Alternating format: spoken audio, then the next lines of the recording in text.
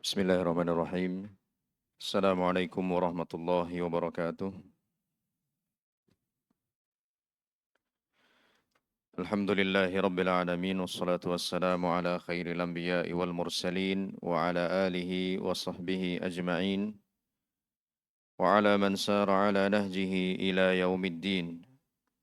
Allahumma 'allimna ma yanfa'una wanfa'na bima 'allamtana wa zidna 'ilman ya rabbal alamin. رب اشرح لي صدري ويسر لي أمري واحلل عقدة من لساني يفقه قولي أما بعد فإن أصدق الحديث كتاب الله وخير الهدي هدي محمد صلى الله عليه وسلم وشر الأمور محدثاتها فإن كل محدثة بدعة وكل بدعة ضلالة وكل ضلالة في النار. Jamaah rahimani Allah wa iyyakum. Insyaallah kita akan melanjutkan lagi kajian kita dengan kitab Syarah Aqidah Ahlussunnah wal Jamaah pada halaman 135. Halaman 135. Kita hari ini di paragraf yang terakhir. Pada pertemuan yang sebelumnya kita sampai pada penjelasan firman Allah di surah Ali Imran ayat 18.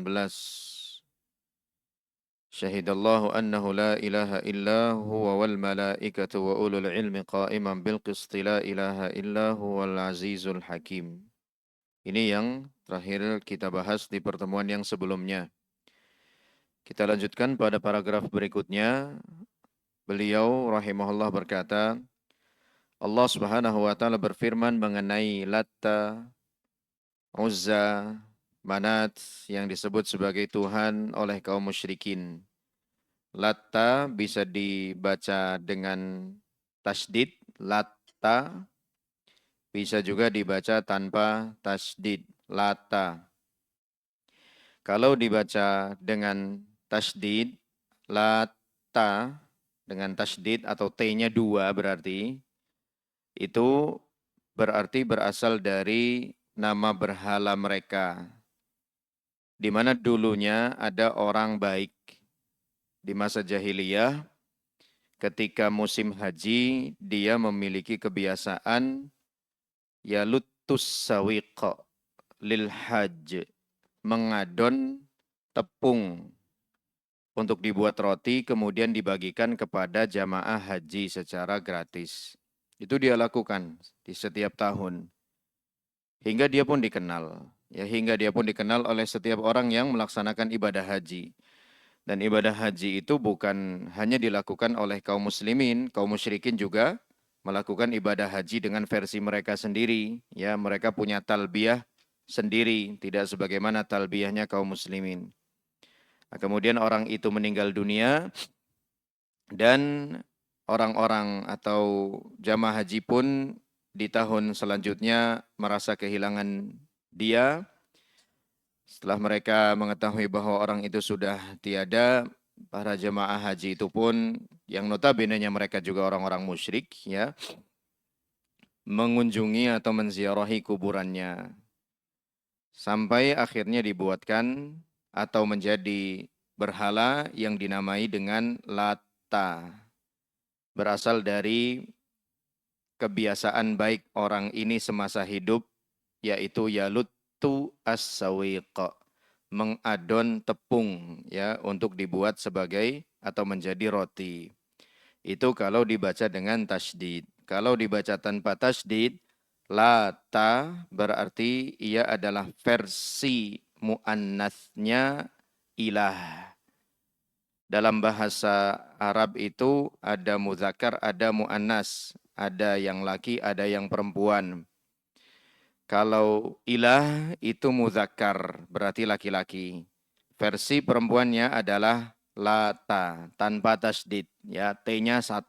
Nah, yang ditulis di sini T-nya 1.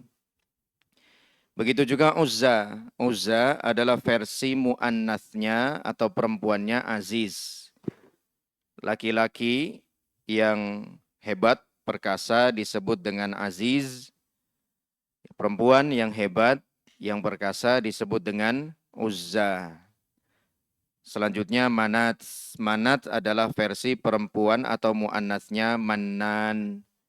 Ya, versi laki-lakinya Manan, yang maha memberi karunia. Versi perempuannya Manat. Dan ini tergolong ilhad fi asma'illah. Tergolong perbuatan menyimpang di dalam nama-nama Allah Ta'ala. Yaitu an yushtaqqa minha asma'un lil asnam. Nama-nama Allah Subhanahu wa taala diduplikasi kemudian diberikan untuk patung-patung. Kemudian diberikan untuk berhala-berhala. Ini kata Syekh Ibnu Utsaimin rahimahullahu taala termasuk salah satu bentuk ilhad fi asma'illah, penyimpangan di dalam hak-hak nama Allah Subhanahu wa taala, di mana nama-nama Allah itu adalah milik Allah, tidak boleh diperuntukkan bagi selain Allah, apalagi buat patung, apalagi buat berhala. Tentu ini merupakan penghinaan yang sungguh luar biasa besar bagi Allah Subhanahu wa taala. Kita ambil contoh saja, mohon maaf, nama kita misalnya, jelas-jelas itu nama kita diduplikasi oleh orang, kemudian olehnya dijadikan sebagai nama bagi, maaf, anjing peliharaannya. Ya, tentu kita nggak akan terima. Oh, nama saya kok dipakai buat menamai seekor anjing begitu. Padahal anjing itu masih lebih bagus daripada patung. Ya, anjing itu masih hidup. Anjing itu bahkan bisa dilatih, punya kecerdasan yang bagus dan seterusnya. Patung hidup aja enggak. Ya, nah, kita sudah merasa terhina ketika kita diperlakukan begitu, apalagi Allah Subhanahu wa taala. Maka ini salah satu bentuk penyimpangan di dalam akidah al-asma was sifat, tauhid al-asma was sifat, yaitu menduplikasi nama Allah kemudian diperuntukkan bagi selain Allah. Wabil khusus diperuntukkan bagi berhala. Seperti yang dilakukan oleh orang-orang musyrikin ini, yang disebut sebagai Tuhan oleh kaum musyrikin. Allah Subhanahu wa taala berfirman berkenaan dengan tiga berhala ini, in hiya illa asma'u sammaitumuha antum wa aba'ukum ma anzalallahu biha min sultan. Itu tidak lain hanyalah nama-nama yang kamu dan nenek moyangmu mengada-adakannya, alias nama-nama tersebut dan juga nama-nama berhala yang lain murni merupakan hasil kreasimu, murni merupakan hasil kreasi nenek moyangmu saja. Ma anzalallahu biha min sultan, Allah tidak menurunkan suatu keterangan apapun untuk menyembahnya. Sama sekali enggak ada petunjuk dari Allah untuk membuat berhala ini, kemudian diberi nama ini dan itu, enggak ada. Semuanya murni daripada kreasi mereka dan para pendahulunya. Murni kreativitas mereka, murni inovasi mereka saja. Dan tentu agama atau keyakinan tidak bisa dibangun di atas kreativitas. Tidak bisa dibangun di atas inovasi, tidak bisa dibangun di atas kreasi, nggak bisa. Kalau dibangun di atas semua itu, nanti masing-masing orang punya agama dengan versinya sendiri-sendiri. Atau punya Islam dengan versinya sendiri-sendiri. Ya, tidak bisa, semuanya harus berdasar keterangan yang pasti, yang resmi dari Allah Subhanahu wa taala. Syekh Abdul Rahman bin Nasir As-Sa'di rahimahullah ta'ala menjelaskan ayat ini, beliau berkata, fiha inkarun minallah alaihim. Di dalam ayat ini ada pengingkaran dari Allah terhadap orang-orang musyrik. Apa yang sedang Allah ingkari terhadap orang-orang musyrik itu? Fima betada'uhu wa fima ahdathuhu minal kadhib wal iftira wal kufur min ibadatil asnam. Yaitu perbuatan yang diada-adakan oleh mereka, oleh kaum musyrikin itu, berupa kebohongan, berupa juga kekufuran dalam bentuk peribadatan terhadap berhala. Wa tasmiyataha alihah. Allah juga mengingkari penyebutan orang-orang musyrikin bahwa berhala-berhala itu adalah sesembahan. Diingkari oleh Allah Subhanahu wa taala. Ya, tidak benar seperti ini kata Allah. Allah tidak pernah memberikan petunjuk untuk melakukan apa yang mereka lakukan.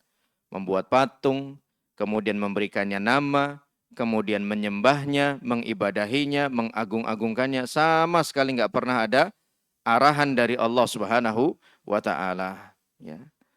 Maka ini murni merupakan perbuatan mereka, dan ayat ini sekaligus menjadi dalil betapa buruknya perbuatan ihdath atau bid'ah alias mengada-ada.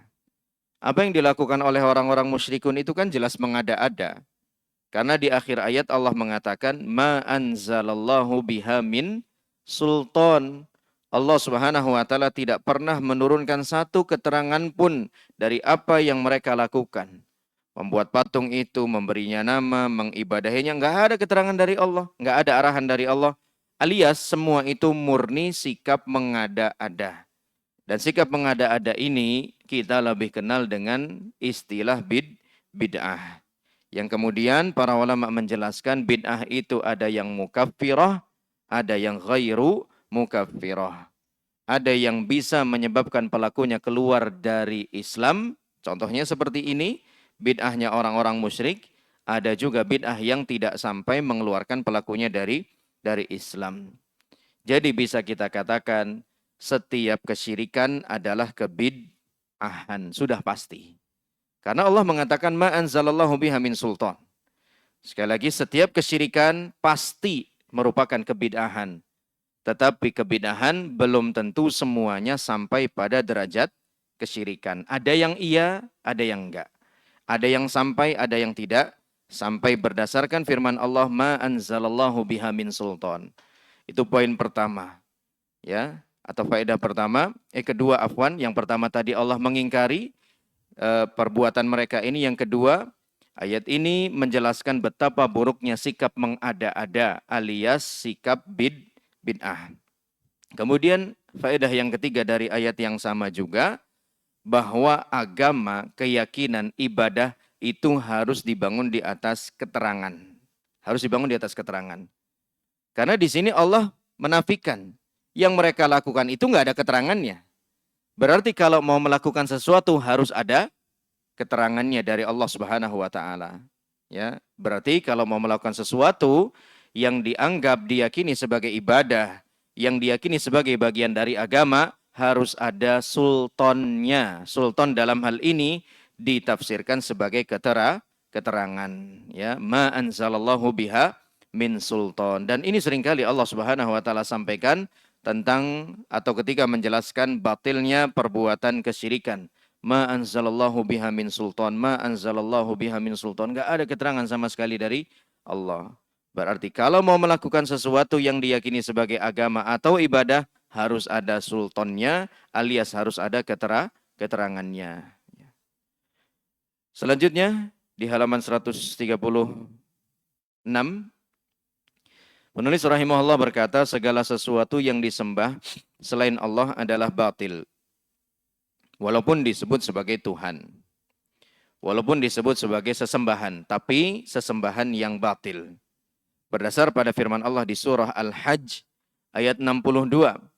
Allah Subhanahu wa taala berfirman, "Dzalika bi annallaha huwal haqq wa annama yad'una min dunihi huwal batil wa annallaha huwal aliyyul kabir."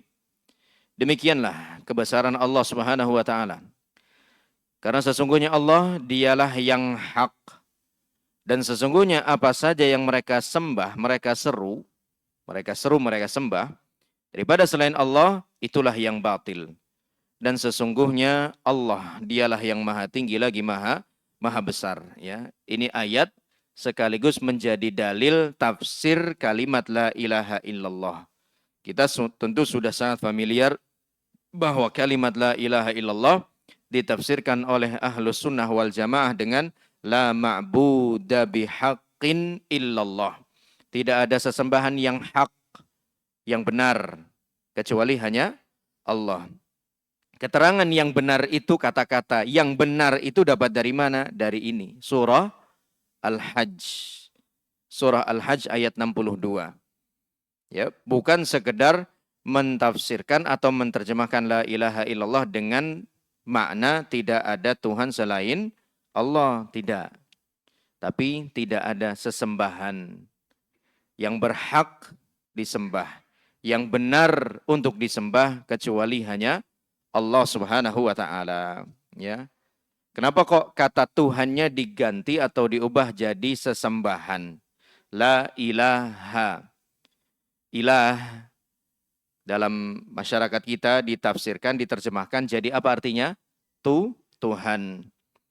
Namun kenapa ya ulama Ahlus Sunnah wal Jamaah bahkan juga asatidah kita menerjemahkan ilah dengan kata sesembahan itu karena ilah dalam bahasa Arab berarti ma'luh, berarti sesuatu yang disembah, ringkasnya sesembahan.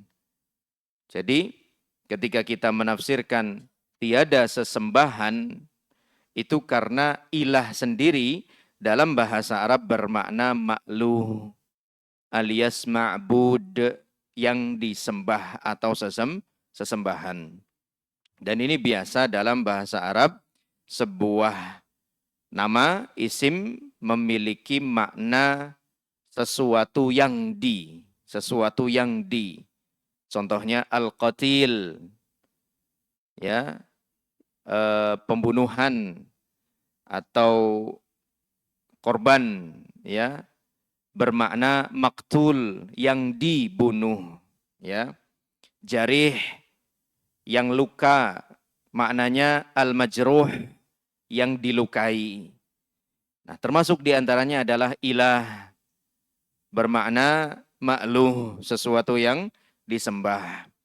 Kemudian penambahan keterangan bihaqqin itu berasal dari firman Allah surah Al-Hajj ayat 62. Ya, surah Al-Hajj ayat 62. Apakah ini merupakan kebid'ahan? Tidak. Ya. Karena sesungguhnya pemahaman semacam ini sudah difahami sejak zaman Nabi Shallallahu Alaihi Wasallam. Ya. Oleh karenanya orang-orang musyrikun menolak untuk mengucapkan la ilaha illallah. Karena mereka nggak mau meyakini kebatilan Tuhan-Tuhannya. Buktinya mereka masih terus kekeh mengibadahi Tuhan-Tuhannya itu, sesembahan-sesembahannya itu yang berupa berhala. Syekh Abdul Rahman bin Nasir As-Sa'di kembali mengatakan berkenaan dengan tafsir suratul Hajj ayat 62 ini. Dzalika alladzi bayyana lakum min 'azamatihi wa sifatihi. Yang demikian maksudnya adalah kebesaran dan keagungan yang Allah Subhanahu wa taala jelaskan bagi kalian di ayat sebelumnya. Ma bayyana adalah apa yang Allah jelaskan, adalah apa yang menjelaskan bi annallaha huwal haq. Dialah Allah sesembahan yang benar. Jadi kalau kita mundur satu ayat aja, ayat 61, kita akan jumpai di sana Allah sedang bercerita tentang kemahakuasaannya, tentang keagungannya. Baru disambung di ayat 62 ini, dialah Allah yang maha benar. Benar dalam apanya? Fi dzatihi wa fi sifatihi. Dalam zatnya dan dalam sifatnya. Wa dinihi haqqun. Wa dinuhu haqqun. Agamanya juga benar. Wa rusuluhu haqqun. Dan para utusannya juga benar. Wa wa'duhu haqqun, janjinya juga benar. Wa wa'iduhu haqqun, ancamannya juga benar. Wa ibadatuhu hiyal haq, dan beribadah kepadanya itulah yang benar. Ya, jadi segala hal yang berkaitan dengan Allah dialah yang benar. Wa annama yad'una min dunihi huwal batil, dan segala hal yang disembah dari selain Allah adalah yang batil. Apanya yang batil? Fi dzatihi wa fi sifatihi. Dalam zatnya, dalam sifatnya. Falaula ijadullahi lahu lama wujid. Kalau bukan Allah yang membuat berhala-berhala itu ada, tentu berhala itu tidak akan ada. Ya. Falaula ijadullahi lahu ma wujid, lama wujid. Seandainya bukan Allah yang membuat mereka ada, tentu mereka enggak akan ada di dunia ini. Walaula imdaduhu lama baqi. Kalau bukan karena Allah yang membiarkan mereka terus ada, mereka tidak akan terus ada. Pasti akan hancur, pasti akan hilang. fa idza kana batilan kanat ibadatuhu abtala wa abtal. Jika berhala-berhala itu saja sudah batil, maka beribadah kepadanya adalah hal yang sangat batil, hal yang sangat tidak bisa diterima sama sekali baik secara syar'i ataupun secara akli. Selanjutnya beliau berkata, Allah Subhanahu wa taala juga berfirman tentang Nabi Yusuf alaihissalam yang berkata kepada dua temannya di penjara, sesama orang yang ditahan di penjara. Ya sahibayis sijni arbabum mutafarriqun khairun amillahul wahidul qahhar. Wahai kedua penghuni penjara, apakah atau manakah yang lebih baik? Arbab. Arbab jamak dari kata Rabb. Artinya ilah-ilah, sesembahan-sesembahan. Apakah atau manakah yang lebih baik? Ilah-ilah yang beraneka ragam itukah? Ataukah Allah yang Maha Esa lagi Maha Perkasa? Pertanyaan yang harusnya langsung membuat orang musyrik tersadarkan. Ya, harusnya disodori kenyataan, disodori sebuah fakta. Ada dua opsi nih. Opsi pertama, Allah Al-Wahidul Qahhar, yang Maha Esa lagi Maha Perkasa. Opsi keduanya, Tuhan yang beraneka ragam ini. Yang mana jangankan Esa dan Perkasa. Beraneka ragam kan berarti sudah nggak Esa. Perkasa apalagi, wong hidup saja tidak. Disodori sebuah fakta oleh Nabi Yusuf alaihissalam. Dan tentu hal semacam ini tidak sulit untuk dijawab. Mana yang lebih baik? Apakah Allah yang Maha Esa lagi Maha Perkasa? Ataukah Tuhan-Tuhan sesembahan-sesembahan yang beraneka ragam ini, yang bermacam-macam ini, yang tidak esa ini, yang tidak memiliki kekuatan kemahakuasaan sama sekali ini? Tentu jawabannya adalah Allah Subhanahu wa taala. Ya. Kemudian beliau mengatakan lagi, ini fakta pertamanya yang sedang disodori oleh Nabi Yusuf alaihissalam, yang sedang disajikan oleh Nabi Yusuf alaihissalam kepada dua kawan di tahanan tersebut. Ma ta'buduna min dunillah illa asma'an sammaitumuha antum wa aba'ukum ma anzalallahu biha min sultan. Sama kayak tadi. Ya. Tidaklah apa yang kamu sembah daripada selain Allah melainkan hanya nama-nama yang kamu dan nenek moyangmu membuat-buatnya. Murni hanya kamu dan nenek moyangmu yang membuat-buatnya, mengada-adakannya. Ma anzalallahu biha min sultan, Allah tidak menurunkan sesuatu keterangan pun tentang nama-nama itu. Ya. Jadi apa yang disampaikan oleh Nabi Yusuf alaihissalam sama dengan tadi yang Allah firmankan di surah An-Najm. Dan itulah yang memang terjadi di setiap masa. Tidaklah perbuatan kesyirikan melainkan murni hasil perbuatan mengada-ada saja. Ya, katanya, dan katanya nggak ada data yang valid yang bersumber dari Allah Subhanahu wa taala. Kalaupun ada sebuah buku misalnya yang dijadikan sebagai pedoman mereka, maka buku itu nggak akan keluar, statusnya nggak akan keluar dari karya seorang manusia. Dan dia dapat dari mana? Kemungkinannya, yang jelas dia bukan nabi, ya. Kemungkinannya ya wahyu dari syaitan atau murni hasil olah pikirnya sendiri saja. Bukan bersumber dari Allah Subhanahu wa taala. Dan kedua sumber ini tidak bisa digaransi kebenarannya. Nggak bisa. Syaitan apalagi. Olah pikir juga sama aja. Bisa benar, bisa salah. Main kira-kira, main tebak-tebak saja. Nggak ada keterangan sama sekali dari Allah Subhanahu wa taala. Adapun orang-orang yang beriman, ketika mereka menyembah hanya Allah Subhanahu wa taala, dasarnya jelas. Al-Qur'anul Karim dan sunnah Nabi sallallahu alaihi wasallam. Yang Allah Subhanahu wa taala jaga keutuhannya. Yang benar-benar diturunkan dari Allah Subhanahu wa taala, yang sudah berulang kali Allah tantang Siapapun yang sanggup, coba datangkan seperti Al-Quran ini. Nggak usah satu Al-Quran, satu surat saja. Ya. Wa in kuntum fi raibim mimma nazzalna ala abdina fa'tu bisuratim mim mislih. Kalau kamu ragu akan kebenaran yang kami turunkan secara bertahap kepada hamba kami ini, Nabi Muhammad SAW, yaitu Al-Quran, fa'tu bisuratim mim mislih. Coba datangkan satu surat saja yang sebanding, selevel dengan surat yang ada di dalam Al-Quran. Coba silahkan.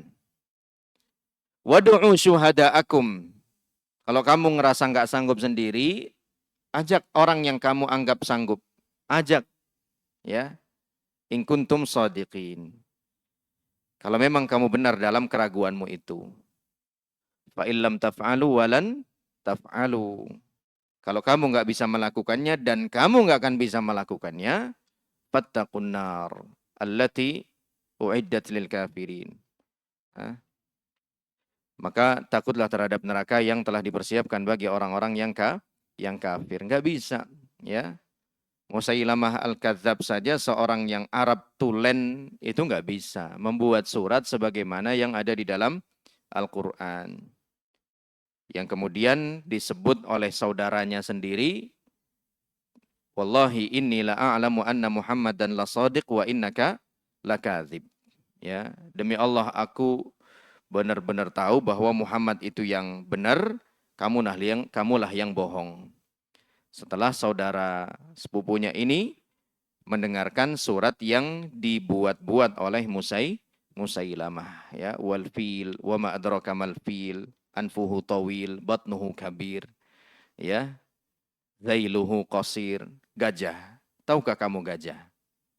Perutnya besar, belalainya panjang, ekornya pendek.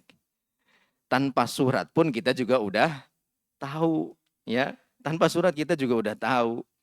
Makanya langsung dibilang begitu sama sepupunya tadi. Ini bukan dari Allah, ini kamu sendiri yang bikin-bikin. Ini kamu sendiri yang buat-buat. Ya. Pengen menandingi firman Allah, alam tara kaifa fa'ala rabbuka bi ashabil fil. Alam yaj'al kaidahum fi tadlil wa arsala alaihim tayran ababil tarmihim bihijaratin min sijil faja'alahum ka'asfim ma'kul. Lihat akhir ayatnya il semua. Minimal lam semuanya. Ya. Padahal bercerita yang beda-beda. Ya. Walaupun temanya masih sama tapi bercerita ke sana kemari. Tidakkah kamu melihat apa yang Allah lakukan terhadap tentara gajah itu? Ya. Tidakkah kamu melihat juga bahwa Allah membuat usaha mereka dalam kekacauan, kegagalan, ya, dan seterusnya. Beda, ya, antara apa yang Allah Subhanahu wa taala sedang sampaikan dengan yang dibawakan oleh Musailamah, ya. Padahal dia orang Arab tulen, hidupnya sezaman dengan Nabi Shallallahu alaihi wasallam. Apalagi yang bukan orang Arab yang tidak sezaman dengan Nabi Shallallahu alaihi wasallam.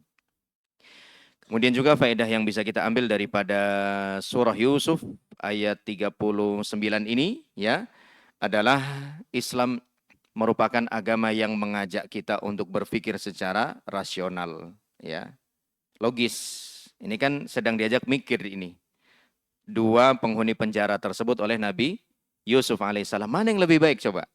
Allah yang Maha Esa, ya, apakah Tuhan-Tuhan sesembahan yang banyak beraneka ragam ini? Ini kan sedang diajak mikir. Dan seperti yang kita katakan tadi, untuk menjawabnya kita tidak perlu berpikir susah atau berat-berat. Udah langsung ketahuan jawabannya. Ya. Islam adalah agama yang mengajak manusia, sesungguhnya mengajak manusia, bukan mengajak kaum muslimin saja, manusia secara umum. Ini kan yang sedang didakwahi oleh Nabi Yusuf belum beriman kepada Allah. Ya. Berarti manusia diajak untuk berpikir secara rasional. Kemudian faedah yang kedua juga daripada ayat ini adalah keberadaan kita di dalam kesulitan, ya, bukan berarti membuat kita berhenti untuk dakwah, ya. Ini Nabi Yusuf masih dakwah nih. Padahal di dalam penjara, ya. Berarti dakwah itu tidak harus selalu di dalam masjid, ya. Salah mereka yang ngomong kalau mau ceramah di masjid aja sono, ya. Di sini ceramah. Kan ada orang yang kayak begitu, ya, yang nggak terima dinasehati, malah ngomong begitu. Ceramah di sini, di masjid mimbar kosong katanya. Ya, ceramah itu nggak di masjid aja, dakwah itu nggak di masjid aja, bahkan di dalam penjara ini Nabi Yusuf alaihissalam. Dan dakwah yang beliau sampaikan lagi-lagi sama seperti Nabi yang lain adalah dakwah tauhid. Ya, adalah dakwah tauhid. Ini beberapa faedah yang bisa kita dapatkan ya dari sekilas kisah Nabi Yusuf alaihissalam. Ya, antum bisa mengambil faedah seperti ini ya. Kata Syekh Ibnu Utsaimin rahimahullahu taala, yang pertama adalah idza tadabbaral makna. Kalau kita itu mau merenungi makna firman Allah taala, tentunya dengan asas, dengan pondasi yang benar, tidak sembarangan, tidak asal-asalan. Kita renungi, kita simpulkan ya. Dan kesimpulan kita boleh jadi benar, boleh jadi salah ya. Al-Qur'annya nggak pernah salah. Itu yang pertama, direnungi, dipahami, diselami maknanya. Tentunya kita membutuhkan kemampuan berbahasa Arab ya, ilmu alat dan lain sebagainya. Kemudian yang kedua kata Syekh Ibnu Utsaimin, agar kita bisa mendapatkan banyak faedah dari Al-Qur'an adalah waffaqahullahu fahman. Allah berikan taufik untuk bisa memahami. Gimana caranya agar kita dapat taufik dari Allah? Ya caranya dengan minta ya. Allahumma inni as'aluka ilman nafi'an ya, di antaranya. Dan masih banyak doa-doa yang lain yang diajarkan oleh Nabi Shallallahu alaihi wasallam agar kita diberikan ilmu oleh Allah. Kemudian selanjutnya beliau mengatakan tauhid uluhiyah merupakan inti dakwah para nabi dan rasul. Ini baru aja kita sampaikan ya. Nabi Yusuf dakwahnya dakwah tauhid, padahal di dalam penjara. Bahkan beliau bukan seorang rasul, beliau hanya seorang nabi ya, beliau seorang nabi. Dari rasul yang pertama yaitu Nabi Nuh alaihi salam hingga rasul yang terakhir Nabi Muhammad sallallahu alaihi wasallam. Di sini beliau membawakan dalil secara umum yang menjelaskan bahwa dakwah seluruh rasul adalah dakwah tauhid. Yang pertama surah An-Nahl ayat 36. Walaqad ba'atsna fi kulli ummatin rasula an i'budullaha wajtanibut taghut. Dan sesungguhnya kami telah mengutus seorang rasul untuk tiap-tiap umat. Apa tugasnya? Menyerukan beribadahlah kepada Allah saja dan jauhilah taghut. Ini dalil secara umum ya. Yang kedua, masih dalil secara umum yang menerangkan bahwa dakwah seluruh nabi dan rasul adalah tauhid, adalah firman Allah dalam surah Al-Anbiya ayat 25. "Wa ma arsalna min qablika min rasulin illa nuhi ilaihi annahu la ilaha illa ana fa'budun." Dan kami tidaklah mengutus seorang rasul pun sebelum kamu. Kamu di sini maksudnya Rasulullah Muhammad sallallahu alaihi wasallam. Melainkan kami wahyukan kepadanya, apa isi wahyu itu? La ilaha illa ana. Tidak ada ilah yang berhak untuk diibadahi dengan benar selain aku. Fa'budun, maka ibadahilah aku. Sembahlah aku. Kata Allah Subhanahu wa taala kepada Rasulullah sallallahu alaihi wasallam, menerangkan bahwa rasul-rasul sebelum kamu itu dakwahnya. Baik Nabi Nuh, Ibrahim, Musa ataupun juga Isa alaihi wassalam dakwahnya sama. Ini secara umum dalil yang menerangkan bahwa dakwah para nabi adalah tauhid. Dalil yang secara khusus yang pertama adalah firman Allah di surah Al-A'raf ayat 59 ya. Antum bisa tulis nama surat dan ayatnya saja enggak apa-apa. Al-A'raf 59. Al-A'raf 59. Allah berfirman, laqad arsalna Nuhan ila qaumihi faqala ya qaumi ibudullaha ma lakum min ilahin ghairuh. Sungguh kami telah mengutus Nuh alaihi salam kepada kaumnya. Ia berkata, wahai kaumku, sembahlah Allah saja. Ini perkataannya Nabi Nuh alaihi salam, Al-A'raf 59. Kemudian perkataan Nabi Hud alaihi salam, Al-A'raf 65. Al-A'raf 65. Wa ila 'adin akhahum Huda qala ya qaumi ibudullaha ma lakum min ilahin ghairuh. Dan kepada 'Ad, saudaranya mereka, kami utus Nabi Hud, kami kirim Nabi Hud alaihi salam. Ia pun berkata kepada kaumnya, wahai kaumku, sembahlah Allah saja. Sama kayak yang tadi dikatakan oleh Nabi Nuh alaihi salam. Malakum min ilahin ghairuh. Kamu tidak memiliki Tuhan yang benar selainnya. Kemudian yang ketiga, ucapan Nabi Saleh alaihi salam. Dalam surah Al-A'raf juga ayat 73.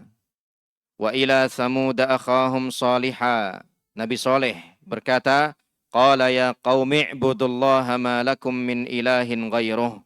Saleh berkata, wahai kaumku, sembahlah Allah saja, kalian tidak memiliki ilah yang benar untuk disembah kecuali hanya Allah. Dan satu lagi Nabi Syuaib alaihi salam dalam surah Al-A'raf ayat 85. Al-A'raf 85.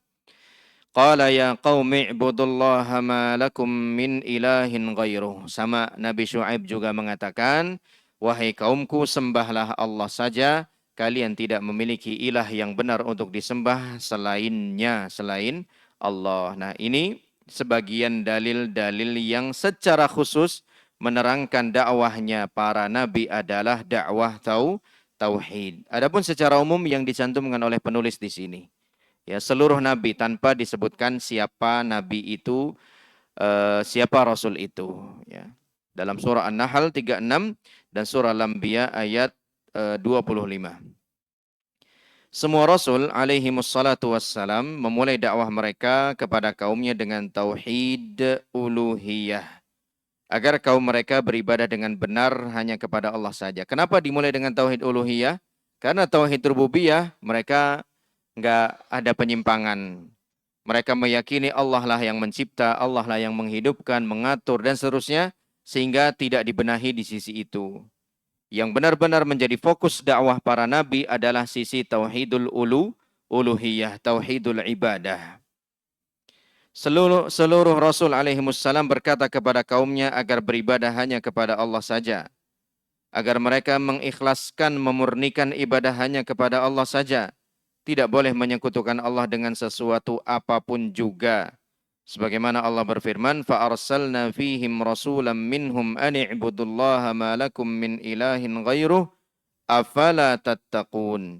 Lalu kami utus kepada mereka seorang rasul dari kalangan mereka sendiri. Nah, ini rasul itu dari kalangannya sendiri. Termasuk rasul kita Rasulullah Muhammad sallallahu alaihi wasallam dari bangsa beliau sendiri, bukan dari luar, ya. Laqad ja'akum rasulun min anfusikum. Ya, kata Allah, sungguh telah datang seorang rasul dari kalangan kalian sendiri. Dalam ayat yang lain Allah mengatakan wa ma sahibukum bimajnun. Dan teman kalian itu bukanlah orang gila. Teman kalian, padahal kalian di sini maksudnya para sahabat atau orang-orang musyrikin? Orang-orang musyrikin. Yang nuduh Nabi gila para sahabat atau orang musyrikin? Orang musyrikin, ya. Makanya Allah bilang teman kalian. Kalian di sini maksudnya yang sedang diajak bicara oleh Allah adalah musyrikin jahiliyah. Teman kalian ini, yaitu Nabi Muhammad SAW, bukanlah orang gila. Berarti Nabi Muhammad berasal dari mereka sendiri atau orang luar yang datang ke tengah-tengah mereka? Orang berasal dari mereka sendiri. Ya, sampai Allah sebut Nabi Muhammad adalah teman bagi kalian. Maksudnya bukan orang asing bagi kalian. Dia itu orang asli dari kalian, lahir di tengah-tengah kalian. Kalian juga sebenarnya tahu dia ini orang gila atau tidak gila, kalian tahu. Ya. Nah, semua rasul itu berasal dari kaumnya sendiri, ya, dari kaumnya sendiri. Dan ini merupakan kenikmatan yang besar dari Allah Subhanahu wa taala, ya. Pertama dari kaum sendiri, kemudian juga dari bangsa manusia itu sendiri. Allah tidak utus rasul itu dari bangsa jin, hingga kita pun tidak bisa berbuat apa-apa, interaksi dan lain sebagainya, atau malaikat, atau makhluk khusus yang baru, sehingga tidak mengalami apa yang dialami oleh manusia. Ya, ini semua merupakan karunia Allah Ta'ala. Apa yang mereka katakan? Ani'budullaha ma lakum min ilahin ghairuh. Hendaklah kalian beribadah kepada Allah saja, tiada ilah sesembahan yang berhak diibadahi dengan benar selain Allah, maka mengapa kamu tidak bertakwa kepadanya? Orang-orang yang musyrik tetap saja mengingkarinya. Mereka masih saja menyembah sesembahan selain Allah. Mereka menyembah dan meminta bantuan pertolongan kepada ilah-ilah dengan menyekutukan Allah Subhanahu wa taala. Ya, ada yang menerima, ada yang mengabaikan. Wallahu alam bisawab. Sudah ini masih. Sampai di sini kajian kita kesempatan hari ini. Insyaallah kita lanjutkan pada pertemuan yang akan datang. Hadanallahu wa iyyakum ajmain. Subhanakallahumma bihamdika. Asyhadu an la ilaha illa anta astaghfiruka wa atubu ilaik. Billahi taufik wal hidayah. Assalamualaikum warahmatullahi wabarakatuh.